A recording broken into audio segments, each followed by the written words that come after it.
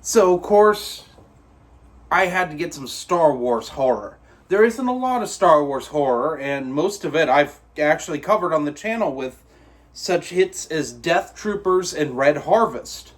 But there is a little series that I've always wanted to read and have never been able to because it's so hard to find, and that is Galaxy of Fear by John Whitman. John Whitman is one of the OGs really of the Bantam era. Even though he wrote the YA stuff, he really put his stamp on Star Wars. He's one of the first guys, I think, that really understood continuity and how important it was. So we're going to start off with his first Galaxy of Fear book, Eaten Alive. In this, we have brother and sister, Zach and Tash. They are refugees from the planet Alderaan, who's recently been destroyed. And they're traveling with their uncle Hool. Now, Zach and Tash are humans, but Hool is not human. He's part of the Shido species, and the Shidos are shapeshifters. He married into the family, and he's just about the only family that Zach and Tash have left.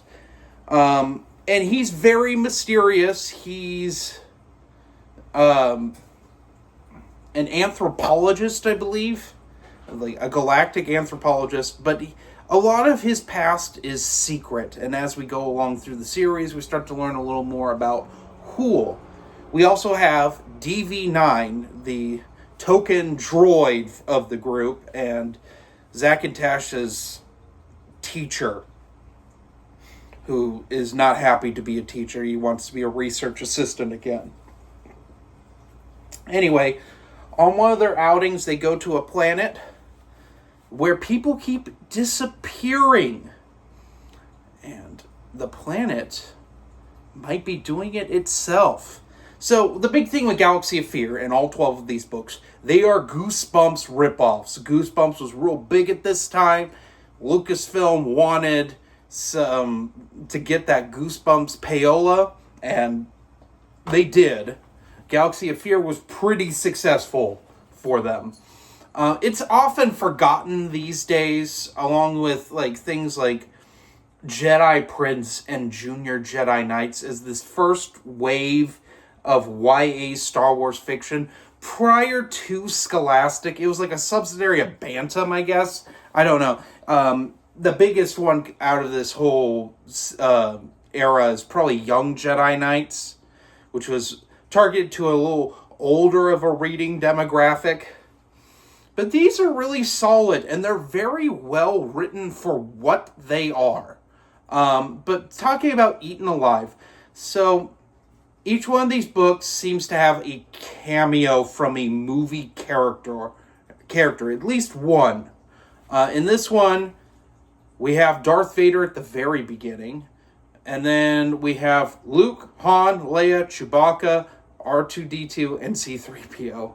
Because the whole group's there, and it's like mid-Marvel Comics adventures. It's like between missions, they stopped for refueling on the planet or something. It's not really clear as to why they're there. But let me tell you, this is probably the clunkiest of all the cameos in Galaxy of Fear. I did not like this one. Why? There are too many movie characters. And quite frankly, only 2 of them serve a purpose.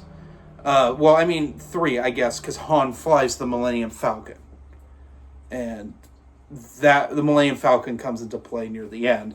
But Chewie helps Zach work on his not skateboard, his flying skateboard, his skipboard, I believe is what it's called. And Tash and Luke kind of have a heart-to-heart because they're both force sensitive, although that is never explicitly said in this book, but it's pretty obvious for anyone who's a somewhat seasoned Star Wars reader that Tash is force sensitive. And that's pretty common in this era of Star Wars writing.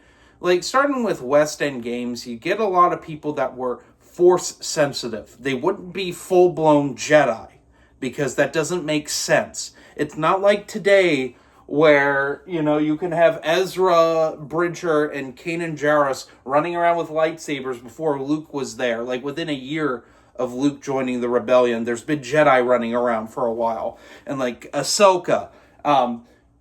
Back in the EU before 2008, there was, like, a big rule that was a no-no. You don't do that. If there were Jedi that survived Order 66, they went into hiding and they stopped being Jedi. Like Corran Horn's grandfather or father, I can't remember which one. Corran's ancestor that was a Jedi. Kyle Katarn's father. Even like more recent Jedi like Kukruk. Or Asherad Het. Like these Jedi from the prequel era, they stopped being Jedi. And thus, there is no one to teach Force-sensitive people in the ways of the Jedi. Some of them, of course, get picked up, and they're part of the Sith Inquisitors and Dark Jedi of the Empire, like Jarek and his group, where those people, some of them are just too young to have survived the Jedi Purge and been twisted by Vader and the Emperor to the dark side. They're probably picked up sometime afterwards. Because there are all sorts of Dark Jedi in Dark Forces too. But there are no Jedi other than Obi-Wan Kenobi and Yoda. And even then, they're not practicing being Jedi, really. Because they're in hiding. I mean, Kukruk won't even emerge for hundreds of years after this. Allegedly. It was never clear when he came back into the picture of the Jedi Order.